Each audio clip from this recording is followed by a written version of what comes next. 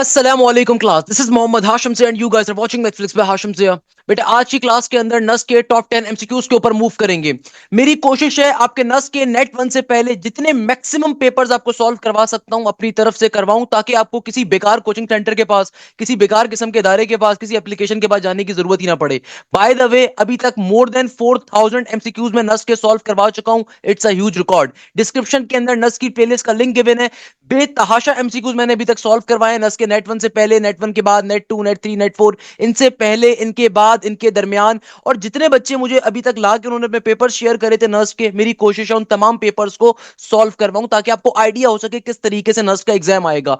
Remember this thing, nurse का जो maths का पोर्शन है 100 नंबर का आएगा, यानी कि 100 एमसीक्यूज आएंगे। इसके अंदर थ्योरेटिकल भी होंगे, डिफिकल्ट भी होंगे, मॉडरेट भी होंगे, आसान भी होंगे, हर तरह का कॉन्सेप्ट होगा। तो आपने अपने आप को बहुत अच्छे तरीके से प्रिपरेशन करनी है। और आपने अगर अभी तक प्रिपरेशन स्टार्ट नहीं करी है, सो आई विल रिकमेंड यू लाजमी तौर पे आप बैच को ज्वाइन करें। लास्ट ईयर के जो नस्ल के टॉपर थे Abdul Rahman Faisal, he also got the fourth position in GIKI as well. अल्हम्दुलिल्लाह, माशाल्लाह से इतना अच्छा बच्चा था, उसने नस को ठुकरा के जीआईकेआई के अंदर गया, क्योंकि भाई जो टॉप 10 के अंदर जीआईकेआई के अंदर आते हैं उनको 100% स्कॉलरशिप देता है जीआईकेआई। तो द पॉइंट इज दैट कि नस के जो टॉपर थे वो भी मेरे पास से थे। इसके अलावा मैंने यूट्यूब के ऊपर फ्री ऑफ कॉस्ट भी लेक्चर्स डाले हैं, हम उनको भी देखना चाहते हैं हम उनको भी देख सकते हैं। मैं गारंटी से कह सकता हूं कि मेरे अलावा इतनी डिटेल लेक्चर्स, इतनी बेहतरीन लेक्चर्स पूरे पाकिस्तान में अभी तक किसी और ने नहीं डाले होंगे, क्योंकि भाई मैंने जो कोर्स कंटेंट था वो सारा का सारा आप लोगों से वैसे भी शेयर करा हुआ है। बैच के अंदर खास फायदा ये होता है कि भाई बैच के अंदर आपको एक तो तमाम का तमाम कोर्स लाइव पढ़ाया जाएगा।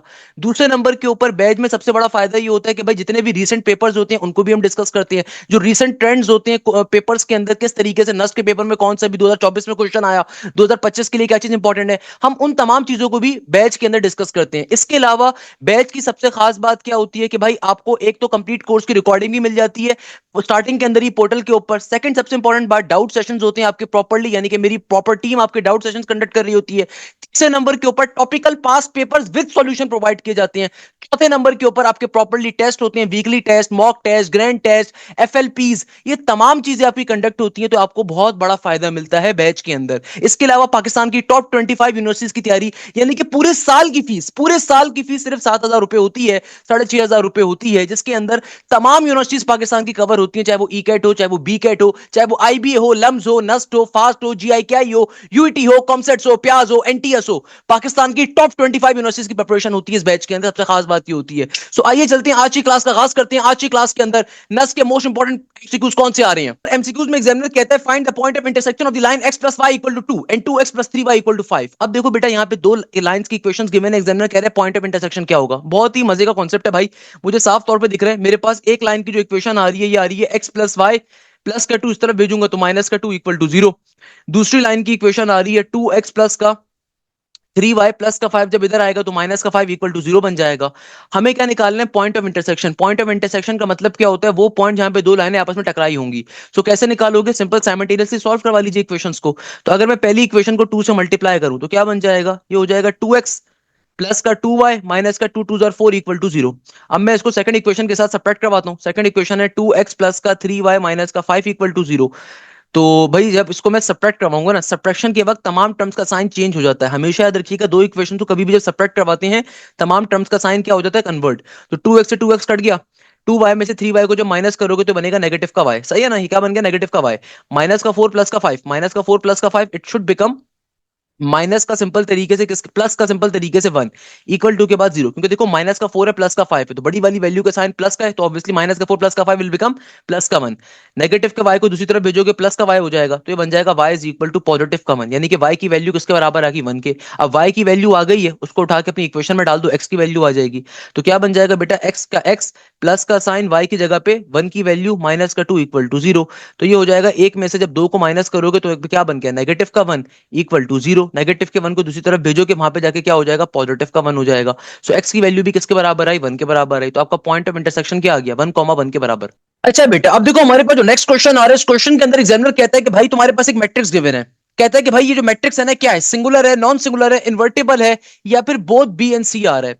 अब देखो पहले तो हम क्वेश्चन की लॉजिक को समझते हैं कि देखो मुझे मैट्रिक्स क्या गिवन है, मुझे साफ तौर पे दिख रहा है मैट्रिक्स आ रहा है 1 4 1, आगे आ रहा है 1 2 3, आगे आ रहा है 3 12 और 3।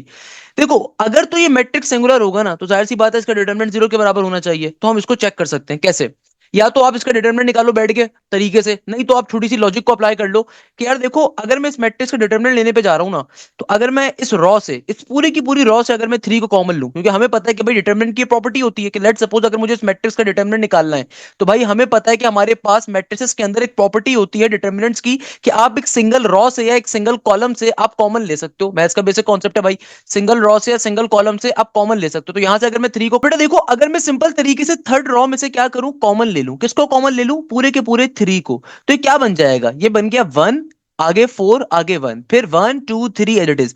मैंने अगर थर्ड रॉ में से 3 को कॉमन लिया तो ये आ गया 1 3 4 12 और ये 1। अब देखो हमारे पास ये दो रॉस क्या हो गई, बराबर हो गई। मैट्रिसेस के अंदर डिटरमिनेंट्स का कॉन्सेप्ट होता है, डिटरमिनेंट के अंदर कभी भी अगर दो रॉ या दो कॉलम एक दूसरे के बराबर आ जाए ना, तो इसका मतलब क्या होता है, ऐसे मैट्रिक्स का डिटरमिनेंट क्या होगा, जीरो। तो इसका मतलब यहाँ पे करेक्ट आंसर क्या है, option number A for singular matrix, यानी कि भैया क्योंकि हमारे पास मैट्रिक्स का डिटरमिनेंट किसके बराबर है, जीरो के बराबर है, तो मैट्रिक्स कैसा सिंगुलर है। नेक्स्ट क्वेश्चन में एग्जामिनर कह रहा है, if a coin is tossed 4 times find the probability of getting at most 1 head, यानी कि ज्यादा से ज्यादा एक हेड बस आए। अब देखो बेटा, कभी भी कोई कॉइन अगर 4 दफा हवा में उछाला जाए, इसको सॉल्व करने की स्ट्रेटेजी क्या होती है, इसको सॉल्व करने का फॉर्मूला क्या होता है, रिमेंबर दिस थिंग, इसको सॉल्व करने की एक शॉर्टकट होती है। लेट सपोज कॉइन्स का अगर केस आ रहा है, तो भाई सबसे पहले तो मुझे पता है प्रोबेबिलिटी के क्वेश्चन के अंदर आपको कुछ पता हो ना पता हो, प्रोबेबिलिटी का बेसिक फॉर्मूला मालूम होना चाहिए। प्रोबेबिलिटी का फॉर्मूला क्या होता है, selected events divided by total events, सही है ना। अगर एक कॉइन्स का केस आ रहा है, तो कॉइन के केस के अंदर हमारे कितने टोटल इवेंट्स होंगे, इसको निकालने का फॉर्मूला होता है 2 की पावर n के बराबर। तो क्या बन जाएगा, ये बन जाएगा 2 की पावर 4 के बराबर, यानी कि हमारे टोटल नंबर ऑफ इवेंट्स कितने हैं, 16। अब एग्जामिनर क्या कह रहे हैं, find the probability of getting at most 1 head, ज्यादा से ज्यादा बस एक हेड हो। तो भाई जल्दी से आप अपना ट्री टेबल यहां पे फॉर्म कर लो। ट्री टेबल कैसे बनाते हैं, किसी बच्चे को अगर ट्री टेबल बनाना नहीं आता, कि भाई 4 कॉइन्स का केस, लोग रट्टे मार के बैठे हुए होते हैं, बेटा रट्टे नहीं मारने, मैं आपको इसका शॉर्टकट सिखाता हूं, कभी भी रट्टे नहीं मारने। अब देखो, अगर एक कॉइन होता है ना, तो हमारे पास हेड होता है और दुनिया में सिर्फ टेल होता है, सही है, अगर एक कॉइन होता है। अगर दो कॉइन होते हैं तो आप इसकी ब्रांचेस बना देते हो। अब एक आपके पास आ जाएगा हेड हेड, एक आपके पास आ जाएगा हेड टेल, यानी कि एक जो क्वांटिटी है ना, ये जो हेड हेड आ रहा है, ये पिछले वाले कॉइन का आ रहा है, अगले कॉइन का एक दफा हेड एक दफा tail. Same goes for here, कि देखो ये टेल जो होगा एक दफा हेड के साथ आएगा, एक दफा टेल के साथ आएगा। ये आपके 2 कॉइन्स के केस आ गए। अब 3 कॉइन्स का केस क्या होगा, जाहिर सी बात है ये फर्दर 2 ब्रांचेस में ब्रेक होगा। तो ये आ जाएगा मेरे पास पिछले वाले कॉइन का हेड हेड, एक दफा हेड आ जाएगा, फिर पिछले कॉइन का हेड हेड, एक दफा टेल आ जाएगा। सेम गोज फॉर हियर, इस हेड टेल को भी ब्रेक करेंगे 2 के अंदर, तो पिछले कॉइन का हेड टेल, एक दफा हेड आ जाएगा, एक दफा क्या आ जाएगा, सिंपल टेल आ जाएगा। सेम गोज फॉर हियर, देखो ये बहुत आसान सा टेबल होता है, मैं आपको खाली बना के इसलिए दिखा रहा हूँ कि आपको आइडिया होना चाहिए। सिमिलरली यहाँ पे हो जाएगा टेल हेड, पिछले वाले कॉइन का टेल हेड, एक दफा अगले कॉइन का हेड, एक दफा अगले कॉइन का टेल। बात समझ में आ रही है।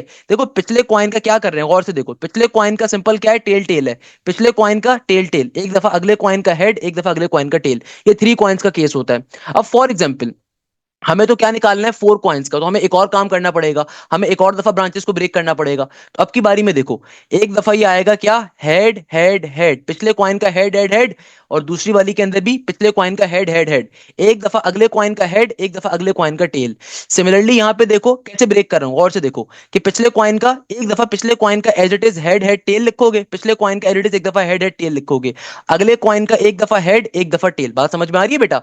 सिमिलरली यहाँ पे भी सेम काम होगा कि भाई पिछले कॉइन का, ये भी 2 में होगा ना, पिछले कॉइन का एक दफा मेरे पास आ गया हेड टेल हेड, पिछले कॉइन का एक दफा आ गया हेड टेल हेड, अगले कॉइन का हेड, अगले कॉइन का tail. Same goes for here, बेटा यहाँ पे भी सेम काम करना है। तो क्या बन जाएगा, देखो पिछले कॉइन का हेड टेल टेल, पिछले कॉइन का हेड टेल टेल, अगले कॉइन का हेड, अगले कॉइन का tail. Same goes for here, बेटा क्या बन जाएगा, ये हमारे पास हो जाएगा सिंपल तरीके से टेल हेड हेड, पिछले कॉइन का टेल हेड हेड, अगले कॉइन का हेड, अगले कॉइन का टेल। 16 इवेंट्स होंगे टोटल, सही है ना। तो आपको रट्टे मारने की जरूरत ही नहीं है, बेसिक कॉन्सेप्ट है भाई। पिछले कॉइन का क्या हो गया, टेल हेड टेल, पिछले कॉइन का टेल हेड टेल, अगले कॉइन का एक दफा हेड एक दफा टेल। बहुत आसान सी चीज होती है, लोग इसको कंफ्यूज कर देते हैं, भाई बहुत सिंपल चीज है, आपने रट्टे नहीं मारने इसके। सिंपल तरीके से देखो ना, हर ब्रांच 2 में ब्रेक होगी फर्दर। तो क्या बन गया, पिछले कॉइन का टेल टेल हेड, अगले कॉइन का हेड, फिर टेल टेल हेड, पिछले कॉइन का, अगले कॉइन का टेल। अब देखो लास्ट वाला क्या है, टेल टेल टेल, तो पिछले कॉइन का tail tail tail, tail tail tail, एक दफा हेड एक दफा टेल, टोटल 16 इवेंट्स हो गए। एग्जामिनर ने देखो मांगा हुआ क्या था, मैं चाहता मैं आपको डायरेक्टली सॉल्व करवा सकता था, बट देखो एग्जामिनर ने मांगा हुआ एटमोस्ट 1 हेड। एटमोस्ट 1 हेड का मतलब क्या है, ज्यादा से ज्यादा बस एक हेड हो, ज्यादा से ज्यादा बस क्या हो, एक हेड हो, यानी कि भैया एक हेड भी चलेगा और एक हेड से कम अगर हेड हो यानी कि जीरो हेड हो वो भी चलेगा। देखो एटमोस्ट का मतलब क्या होता है मैथ्स के अंदर, ज्यादा से ज्यादा। एटमोस्ट के अंदर याद है कि नहीं याद, मैंने कंडीशन पढ़ाई थी, हमेशा ये वाली कंडीशन फॉलो होती है पीछे वाली। इसका मतलब क्या होता है, इससे हमेशा नीचे जाना है। तो एक हेड से नीचे आपने देखना है कि भाई एक हेड हो या उससे कम हो। अब देखो ये तो कभी भी आपका इवेंट हो सकता है। यहाँ पे चारों हेड आ रहे हैं, यहाँ पे तीन हेड आ रहे हैं, यहाँ पे देखो तीन आ रहे हैं, यहाँ पे दो आ रहे हैं, यहाँ पे भी देखो तीन हेड है, यहाँ पे देखो कितने हैं, दो हेड है, नहीं हो सकता। यहाँ पे देखो दो हेड है, नहीं हो सकता। यहाँ पे देखो एक हेड आ रहा है, ये आंसर हो सकता है। अच्छा भाई आगे देखते हैं। यहाँ पे देखो बेटा हमारे पास तीन हेड आ रहे हैं, आंसर नहीं हो सकता। सही है ना। यहाँ पे देखो दो हेड आ रहे हैं, आंसर नहीं हो सकता। यहाँ पे देखो दो हेड आ रहे हैं, यहाँ पे एक हेड आ रहा है, आंसर हो सकता है बिल्कुल। यहाँ पे देखो दो हेड आ रहे हैं, नहीं हो सकता। यहाँ पे देखो एक हेड आ रहा है, ये एक हेड आ रहा है, और यहाँ पे देखो एक भी हेड नहीं आ रहा, ये भी आंसर होगा। तो टोटल कितने आंसर हो गए, मैं मार्क कर देता हूं। देखो टोटल कितने हैं, एक हेड इसमें आ रहा है, एक हेड मेरे पास इसमें आ रहा है, एक हेड देखो इसमें आ रहा है, एक हेड इसमें आ रहा है, और इसमें देखो एक भी हेड नहीं आ रहा है। इसमें एक भी हेड नहीं आ रहा ना, तो ये भी करेक्ट आंसर होगा। कि बस कितने इवेंट्स बन गए, जाहिर सी बात अभी पांच बन गए ना। कितने बन गए टोटल हमारे पास इवेंट, एक दो तीन चार और पांच, यानी कि टोटल कितने इवेंट्स हैं जहां पे हमारे पास एक हेड या एक से कम हेड आ रहा है। ऐसे पांच इवेंट्स हैं टोटल। तो मेरा करेक्ट आंसर क्या होगा, selected event divided by total number of events, तो 5 डिवाइडेड बाय 16 हमारा करेक्ट आंसर होगा। देखो भाई एटमोस का केस मैंने बहुत डिटेल में अपने लेक्चर्स के अंदर आप लोगों को पढ़ाया हुआ है। एटमोस के अंदर हमेशा क्या करते हैं, जो भी क्वांटिटी गिवन होती है उससे नीचे जाते हैं। एटलीस्ट के अंदर हमेशा उस क्वांटिटी से ऊपर की जानिब जाएंगे। एटलीस्ट के अंदर हमेशा उस क्वांटिटी से ऊपर की जानिब जाएंगे। Always remember this thing.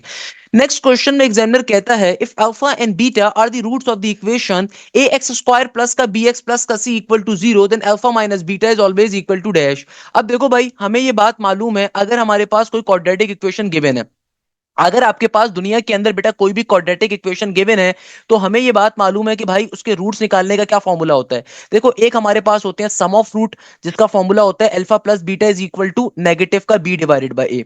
Then एक हमारे पास होते हैं प्रोडक्ट ऑफ रूट, उसको निकालने का फॉर्मूला क्या होता है, उसको निकालने का बेटा दुनिया के अंदर फॉर्मूला होता है सी डिवाइडेड बाय ए के बराबर।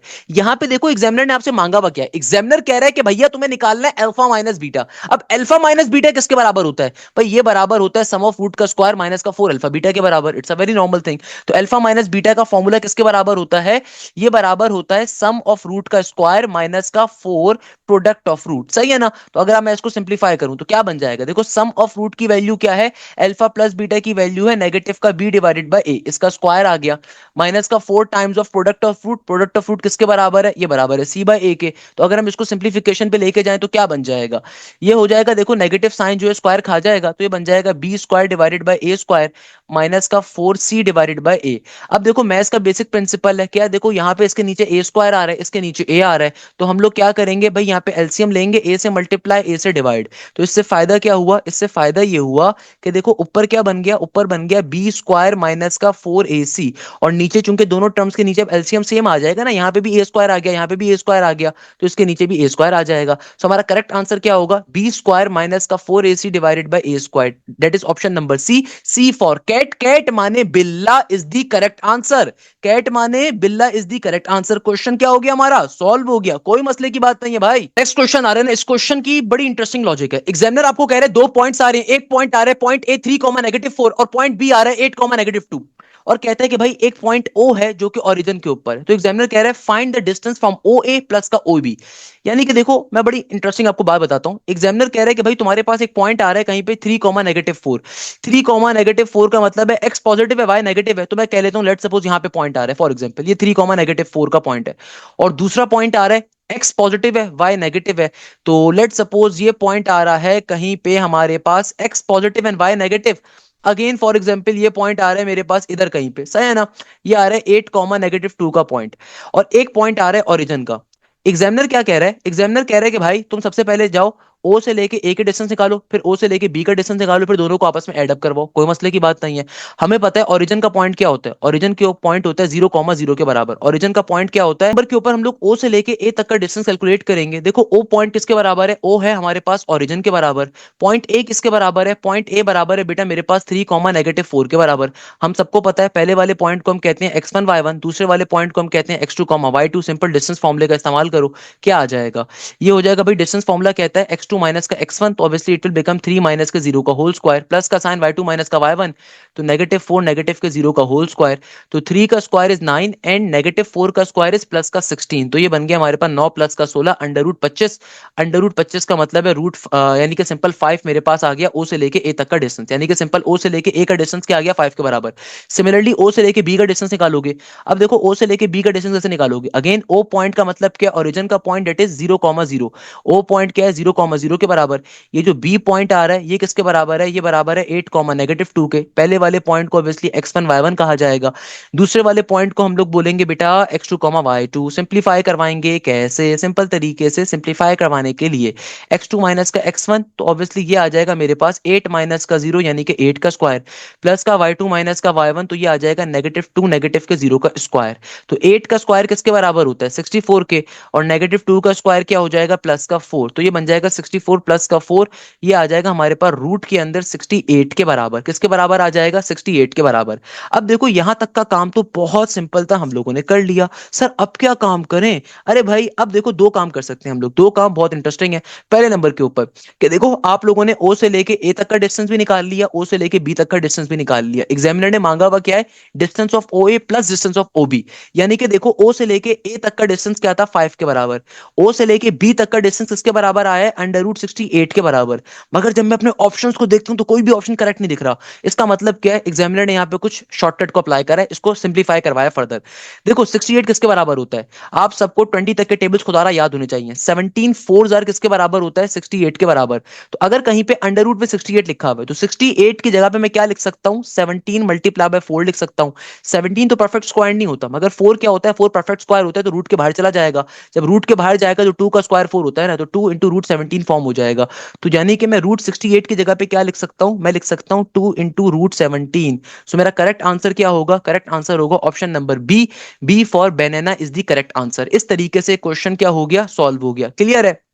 अच्छा, अब देखो बेटा जो नेक्स्ट क्वेश्चन हमारे पास आ रहा है question number 6। Again a very interesting question. इस क्वेश्चन में एग्जामिनर आपसे क्या कह रहा है, एग्जामिनर कह रहा है कि भैया तुम्हारे पास जो है ना एक सर्कल का रेडियस गिवन है किसके बराबर 2 सेंटीमीटर के बराबर। एग्जामिनर कह रहा है पैरामीटर बताओ। अब देखो पैरामीटर क्या होता है, किसी भी क्लोज शेप फिगर के अंदर तमाम साइड्स के डिस्टेंसेस का sum is termed as the parameter. कोई भी क्लोज शेप फिगर हो ना उसके अंदर तमाम साइड्स के डिस्टेंसेस का जो सम होता है ना उसको पैरामीटर कहते हैं। फॉर एग्जांपल ट्रायंगल की तमाम साइड्स का सम, रेक्टेंगल की तमाम साइड्स का सम, स्क्वायर की तमाम साइड्स का सम, या फिर सर्कल के अंदर जो सर्कमफेरेंस होता है उसको पैरामीटर कहा जाता है। तो पैरामीटर क्या होता है, तमाम साइड्स के सम को पैरामीटर कहा जाता है, तमाम साइड्स के सम को। एग्जामिनर कह रहा है कि भाई तुम्हारे पास जो है ना सर्कल का रेडियस दिया हुआ है। रेडियस का मतलब क्या है कि देखो सेंटर से लेके कोने तक का डिस्टेंस गिवन है किसके बराबर 2 यूनिट्स के बराबर। अब मुझे साफ तौर पे दिख रहा है, अगर मैं इस शेप को गौर से देखूं तो मेरे पास इस शेप के अंदर अगर मुझे एक कोने तक का शेप गिवन है, इसका मतलब क्या हुआ, इसका मतलब ये हुआ कि भाई सेंटर से लेके यहां तक का डिस्टेंस भी 2 के बराबर होगा, सेंटर से लेके यहां तक का डिस्टेंस भी क्या होगा 2 यूनिट्स के बराबर होगा। सही है ना। इसका मतलब क्या हुआ कि सेंटर से लेके यहां तक का डिस्टेंस भी क्या होगा 2 यूनिट्स के बराबर होगा। अक्सर बच्चे गलती कर देंगे, सिंपल 2 + 2 + 2 कर देंगे, हालांकि लॉजिकली सोचना है। आपके पास इस ट्राइंगल की जो एक साइड है वो किसके कितने यूनिट्स के बराबर आ रही है, गौर से देखो। सेंटर से लेके कोने तक का डिस्टेंस क्या होता है रेडियस, तो सेंटर से लेके यहां तक का डिस्टेंस क्या रेडियस है, और ट्राइंगल की एक कंप्लीट साइड जो आपको ये मिल रही है ये कितने पे मिल रही है 4 यूनिट्स के ऊपर। यानी कि मैं क्या कह सकता हूं, इस ट्राइंगल की जो कंप्लीट एक साइड का डिस्टेंस है ये आ रहा है 4 यूनिट्स के बराबर। मैं काम करता हूं ट्राइंगल को यहां पे फॉर्म कर लेता हूं, सही है ना। एक जानिब का डिस्टेंस क्या आ गया मेरे पास 4 यूनिट्स के बराबर आ गया। अभी मुझे ये वाली साइड और इस साइड की वैल्यू निकालनी है। इस साइड की वैल्यू कैसे निकालूंगा, देखो यहाँ पे राइट एंगल ट्राइंगल फॉर्म हो रहा है। अगर आप गौर से देखो ना राइट एंगल ट्राइंगल फॉर्म हो रहा है, क्योंकि देखो एग्जामिनर ने क्या कहा था, सेंटर से लेके कोने तक का डिस्टेंस रेडियस होता है ना, तो मुझे इस वाली साइड की वैल्यू पता है और मुझे इसकी वैल्यू पता है इस साइड की। जाहिर सी बात है ये भी सेंटर से लेके कोने तक का डिस्टेंस है तो ये भी रेडियस ही कहलाएगा। अब देखो मेरे पास एक रेक्टेंगल है, उस रेक्टेंगल के अंदर मुझे दो साइड्स पता है, तो भाई मैं सिंपल तरीके से यहाँ पे क्या अप्लाई कर सकता हूँ, पाइथागोरस थ्योरम अप्लाई करके मैं इस साइड की वैल्यू निकाल सकता हूँ। जो वैल्यू इस साइड की होगी सेम वैल्यू इस साइड की होगी। नॉर्मल सी बात है ना बेटा। आप खुद देखो कि आपके पास अगर मुझे ये दो साइड्स पता है तो मैं तीसरी साइड की वैल्यू खुद से निकाल सकता हूँ। कैसे निकालूंगा, पाइथागोरस थ्योरम। पाइथागोरस थ्योरम साहब क्या कहते हैं, ये कहते हैं h² = p² + का b²। देखो जो आपके पास जो है ना, जो परपेंडिकुलर के सामने वाली साइड होती है ये हमेशा हाइपोटेन्यूज होती है, हमेशा याद रखिएगा। परपेंडिकुलर के सामने वाली साइड क्या होती है, हमेशा हाइपोटेन्यूज होती है। हाइपोटेन्यूज सामने परपेंडिकुलर जो साइड बच जाती है उसको बेस कहते हैं। तो भाई मेरे पास यानी कि हाइपोटेन्यूज यहाँ पे गिवन नहीं है, उसको निकालना है। परपेंडिकुलर किसके बराबर है, 2 के, बेस भी किसके बराबर है, 2 के। तो क्या बन जाएगा, H square is equal to 2 का स्क्वायर 4, 2 का स्क्वायर इज 4, तो ये बन गया H square is equal to 8 के बराबर।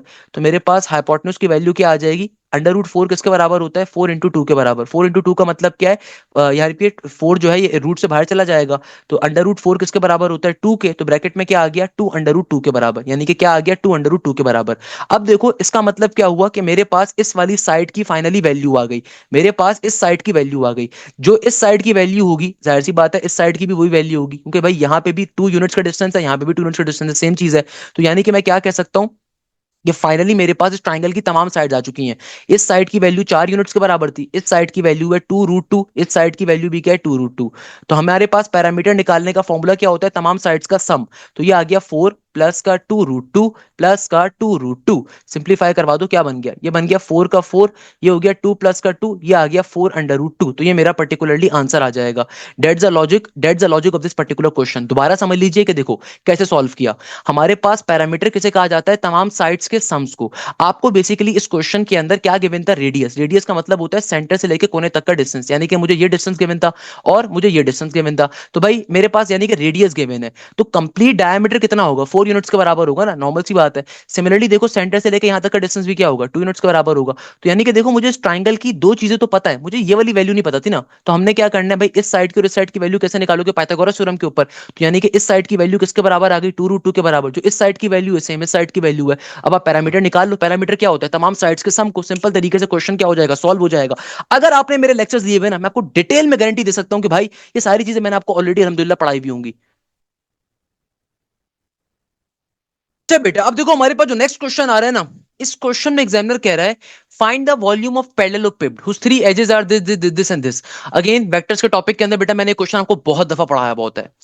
याद रखिएगा वॉल्यूम ऑफ पैरेललोपिड निकालने का फॉर्मूला क्या होता है, always remember this thing, volume of parallelopiped is equal to scalar triple product. यानी कि वॉल्यूम ऑफ पैरेललोपिड किसके बराबर होता है, ये बराबर होता है स्केलर ट्रिपल प्रोडक्ट के। यानी कि देखो अगर मुझे वॉल्यूम निकालना है, सिंपल तरीके से इधर आ गया मॉडुलस का सिंबल, सही है। जो पहला वेक्टर आ रहा है देखो क्या आ रहा है, 2i-3j+4k। तो 2 का i माइनस का 3j माइनस का 3 यहां पर आ गया, प्लस का 4k प्लस का 4 आ गया। फिर सेकंड वेक्टर क्या आ रहा है, i प्लस 2j माइनस का k। तो i कंपोनेंट क्या है 1, फिर देन हमारे पास आ रहा है प्लस का 2j देन माइनस का k यानी कि माइनस का 1, सही है। फिर हमारे पास थर्ड वेक्टर क्या आ रहा है, ये आ रहा है 3i, तो 3 माइनस का 1 और यहाँ पे आ गया 2। सिंपल तरीके से वॉल्यूम ऑफ पैरेललोपिड हम निकाल सकते हो, बिल्कुल निकाल सकते हैं। कैसे निकालोगे वॉल्यूम ऑफ पैरेललोपिड, बेटा वॉल्यूम ऑफ पैरेललोपिड निकालने का मतलब ये होता है कि स्केलर ट्रिपल प्रोडक्ट फॉर्म का होना। स्केलर ट्रिपल प्रोडक्ट फॉर्म का मतलब होता है कि आपको 3 वेक्टर्स गिवन होते हैं, आपने सिंपल तरीके से उनका डिटरमिनेंट ओपन अप करवाना होता है, सही है ना। तो यहाँ पे सिंपल डिटरमिनेंट ले लो। डिटरमिनेंट कैसे लोगे, पहली वाली रॉ पहले वाले कॉलम के पहले वाले एलिमेंट को लो। इस ये जिस रॉ जिस कॉलम में आ रहा है सबको इग्नोर कर दो, बाकी के 4 नंबर जो कि 2 -1 और 2 आ रहे हैं। फिर नेक्स्ट नंबर हमेशा नेगेटिव के साइन पे आता है, सही है। अब देखो जो फर्स्ट रॉ का सेकंड एलिमेंट है उसको लिखोगे, ये इत्तेफाक से खुद -3 है, कोई मसले की बात नहीं है। अब ये जिस कॉलम जिस रॉ में आ रहा है सबको इग्नोर कर दो, बाकी के 4 नंबर। तो ये आ गए मेरे पास 1 3 -1 और 2। नेक्स्ट नंबर आता है प्लस का साइन के ऊपर। अगेन फर्स्ट रॉ का थर्ड एलिमेंट लोगे जो कि आ रहा है 4 के बराबर। जिस कॉलम जिस रॉ में आ रहा है सबको इग्नोर, बाकी के 4 नंबर, डेट विल बी 1 3 2 -1। सिंप्लीफाई करवा दो अब इसको, तो क्या बन जाएगा, 2 का 2 2 2 4, नेगेटिव का साइन फॉर्मूले का -1 प्लस का 1, तो ऑब्वियसली नेगेटिव का एज इट इज रहेगा। माइनस माइनस प्लस का 3, यहाँ पे देखो 2 1 2, नेगेटिव का साइन फॉर्मूले का 3 -1 नेगेटिव का 3, negative negative it will become plus का 3, प्लस का 4 एज इट इज। यहाँ पे हो जाएगा 1 -1, obviously it will become -1, minus का साइन फॉर्मूले का 3 2 6। तो क्या हो गया, 2 का 2, 4 में से 1 निकालोगे 3 बचेगा, प्लस का 3 एज इट इज, 3 प्लस का 2 5 होता है। आगे हो गया सिंपल 4 का 4 -1 और नेगेटिव का 6, इट विल बिकम -7। तो बेटा देखो सिंपल तरीके से क्या आंसर आ जाएगा, ये आ जाएगा मेरे पास 3 2 6 प्लस का 5 3 15 माइनस का 4 7 4 6 24 होता है, 4 7 इज 28। तो आप बैठ के इसको सिंप्लीफाई करवा लो, क्या आंसर आ जाएगा। तो हमारे पास वॉल्यूम ऑफ पैरेललोपिड की वैल्यू क्या आ जाएगी भाई, 6 प्लस का 15 21, तो 21 में से 28 को माइनस करवा दो, नेगेटिव का 7 आएगा। तो करेक्ट आंसर क्या होगा, नेगेटिव का 7। याद रखिएगा ये एग्जैक्ट क्वेश्चन मैंने आपको अपने लेक्चर्स के अंदर वेक्टर्स में पढ़ाया हुआ है। आज भी जाके देखोगे ना 2021 या 22 का लेक्चर डाला हुआ होगा, उसमें सेम क्वेश्चन मैंने डलवा करवाया हुआ है। ये क्वेश्चन नस्ट के अंदर बहुत दफा आया हुआ है बेतहाशा। अच्छा बेटा अब देखो हमारे पास जो नेक्स्ट क्वेश्चन आ रहा है इसमें एग्जामिनर कह रहा है if a line passes through 5, 3 and parallel to y axis then the equation of a line is dash. भाई वो तमाम स्टूडेंट जिन्होंने मुझसे एनालिटिकल ज्योमेट्री के लेक्चर्स लिए ना, बड़े मजे से मुस्कुरा रहे होंगे। भाई ये टॉपिक बहुत मजे का होता है। एग्जामिनर कह रहा है कि एक लाइन है वो पास कर रही है 0.5, 3 से और वाई एक्सिस के पैरेलल है। देखो भाई आपको पता है ये आपके पास होता है एक्स वाई प्लेन, सही है ना।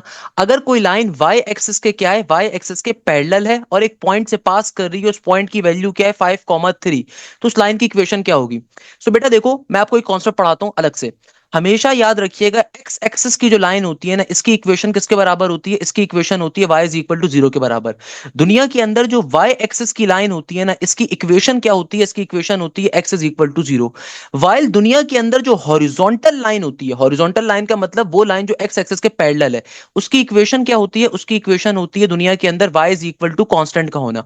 और जो वर्टिकल लाइन होती है, यानी कि वो लाइन जो y एक्सिस के पैरेलल है, ऑलवेज रिमेंबर दिस थिंग, उसकी इक्वेशन क्या होती है, उसकी इक्वेशन होती है x is equal to constant. सही है। तो देखो यहाँ पे एग्जामिनर क्या कह रहा है कि एक लाइन पास कर रही है 5, 3 से। अब ये लाइन y एक्सिस के पैरेलल है, तो इसका मतलब हम कौन सी इक्वेशन का इस्तेमाल करेंगे, we will use this equation, तो x is equal to constant. अब एग्जामिनर यही तो बात कर रहा है कि एक लाइन जो है वो लाइन एक 0.5, 3 से पास कर रही है और ये लाइन पैरेलल है y एक्सिस के। तो बेटा देखो हमें ये बात मालूम है, तो कैसी लाइन है, वर्टिकल लाइन है। अगर ये लाइन y एक्सिस के पैरेलल है तो वर्टिकल लाइन है। तो हम कौन सा फॉर्मूला इस्तेमाल करेंगे, हम इस्तेमाल करेंगे x is equal to constant का। तो भाई सिंपल तरीके से क्या इक्वेशन आ जाएगी, x is equal to 5 will be the correct answer. भाई y is equal to constant होता तो y इज इक्वल टू 3 मेरा आंसर होता, बट चूंकि यहाँ पे मेरे पास वर्टिकल लाइन फॉर्म हो रही है तो आंसर क्या होगा, x is equal to constant. तो हम x के पॉइंट को उठा लेंगे, यानी कि हम सिंपल तरीके से जो हमारे पास x की वैल्यू आ रही है उसको उठा के यहाँ पे प्लॉट करेंगे। सिंपल आंसर क्या आ जाएगा, x इज इक्वल टू 5 के बराबर। That's the logic of this particular question. अपनी बात समझाने के लिए एक और एग्जांपल दिखाता हूं। मैं कहता हूं कि लेट सपोज मेरे पास एक लाइन है और वो लाइन क्या है, वो line for example x axis के पैरेलल है और लेट सपोज वो लाइन पास कर रही है एक पॉइंट से और उस पॉइंट की वैल्यू आ रही है 4, -6 के बराबर, लेट सपोज। तो मैं कहता हूं इस लाइन की इक्वेशन क्या होगी। तो आपको साफ तौर पे दिख रहा है बेटा ये हॉरिजॉन्टल लाइन है। हॉरिजॉन्टल लाइन की इक्वेशन क्या होती है, y is equal to constant. तो भाई सिंपल तरीके से y वाले इस पॉइंट में से जो y वाली वैल्यू उसको पिकअप कर लो, वो कांस्टेंट की जगह पे चला जाएगा। तो क्या बन जाएगा, y इज इक्वल टू -6 इस लाइन की इक्वेशन होगी। ये बहुत नॉर्मल सी बात होती है, सही है ना। ये क्वेश्चन बहुत पेपर में आता है। सो भाई अगर वर्टिकल लाइन है तो x is equal to constant आपका आंसर होगा। जो पॉइंट गिवन है वहां से x की वैल्यू का उठाओगे वो आपका आंसर होगा। और अगर आपके पास हॉरिजॉन्टल लाइन आ रही है तो फिर आपके पास y is equal to constant answer होगा। तो जो पॉइंट के अंदर y वाली वैल्यू है वो आपके कांस्टेंट की जगह पे आ जाएगी, सिंपल तरीके से आंसर आ जाएगा। ये बहुत आता है क्वेश्चन पेपर में। नेक्स्ट क्वेश्चन में एग्जामिनर कह रहा है equation of a line is 8x minus का 3y equal to 0 express as the slope intercept form. कोई मसले की बात नहीं है। भाई स्लोप इंटरसेप्ट फॉर्म का मतलब क्या होता है, देखो स्लोप इंटरसेप्ट फॉर्म का मतलब है कि स्लोप भी हो इंटरसेप्ट भी हो, यानी कि स्लोप इंटरसेक्टिंग फॉर्म। ये लाइन आपको गिवन है express as the slope intercept form. तो भाई स्लोप इंटरसेप्ट फॉर्म का मतलब क्या है कि हमें स्लोप इंटरसेप्ट फॉर्म बनानी है। स्लोप इंटरसेप्ट फॉर्म कौन सी होती है, भाई ये होती है y is equal to mx plus का c वाली फॉर्म। सो भाई आपको इक्वेशन क्या गिवन है, आपको इक्वेशन गिवन है 8x माइनस का 3y इक्वल टू 0। माइनस के 3y को दूसरी तरफ भेजोगे प्लस का 3y हो जाएगा इक्वल टू के बाद 8x का 8x है। देखो यहाँ पे जो 3 है मल्टीप्लाई हो रहा है वहां पे डिवाइड हो जाएगा। तो y की वैल्यू किसके बराबर आ जाएगी, ये आ जाएगी 8 डिवाइडेड बाई 3 इंटू x।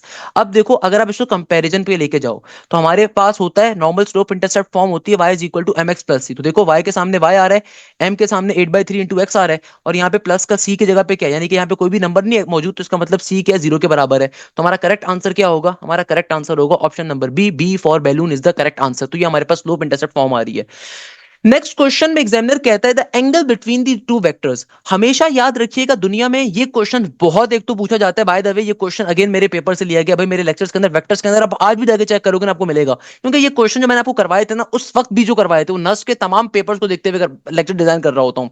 तो नस के जितने भी लेक्चर्स होते हैं मेरी कोशिश होती है उन्हीं को देखते हुए डिजाइन अप करूँ, आईबीए को, यूबीटी को, कॉन्सेप्ट्स को, फास्ट को, अल्हम्दुलिल्लाह। तो मेरे जो बैच के बच्चे होते हैं उनको फायदा ये मिलता है। भाई ये क्वेश्चन मैंने बहुत दफा पढ़ाया आप लोगों को। याद रखिएगा दुनिया में कभी भी दो वेक्टर्स के दरमियान में अगर एंगल निकालना है ना, हमेशा डॉट प्रोडक्ट का फॉर्मूला अप्लाई होता है। और फॉर्मूला क्या होता है, ये होता है simple, theta is equal to cos inverse vector A dot product vector B, सही है ना। और नीचे इन दोनों का इंडिविजुअल वेक्टर्स का मैग्नीट्यूड ले लिया जाता है। It's a very normal thing. करेंगे vector A dot product vector B की वैल्यू निकाल लेंगे। तो भाई vector A dot product vector B कैसे निकालोगे, आपको साफ तौर पे दिख रहा है कि भाई यहाँ पे मेरे पास वेक्टर ए की वैल्यू आ रही है 4i माइनस का 2j प्लस का 4k, और मेरे पास जो वेक्टर बी की वैल्यू आ रही है बेटा ये आ रही है सिंपल तरीके से 3i माइनस का 6j माइनस का 2k। तो सिंपल तरीके से जो कंपोनेंट जिससे मल्टीप्लाई हो रहा है उसको करवाओ, आई कंपोनेंट आई से मल्टीप्लाई होगा तो 4 3 क्या बन गया 12 बन गया, आई डॉट आई खत्म हो जाएगा, माइनस का 2j जो माइनस का 6j से मल्टीप्लाई होगा, माइनस माइनस प्लस का 6 2 इट विल बिकम 12, प्लस का 4 इंटू 2 ये बन जाएगा नेगेटिव का 4 2 8। तो 12 प्लस का 12 24, 24 में से 8 को अगर हम माइनस करवा दो तो क्या बन जाएगा, ये हो जाएगा हमारे पास सिंपल तरीके से किसके बराबर, ये हो जाएगा भैया 12 प्लस का 12 24, 24 में से 8 को माइनस करवा दो 16 बन गया ना भैया, सिंपल तरीके से क्या बन गया 16 बन गया, यानी कि vector A dot product vector B किसके बराबर है 16 के बराबर है। अब आप वेक्टर ए का पहले मैग्नीट्यूड निकाल लो। वेक्टर ए का मैग्नीट्यूड कैसे निकालोगे, देखो किसी भी वेक्टर का मैग्नीट्यूड निकालने का मतलब होता है तमाम कंपोनेंट्स का स्क्वायर।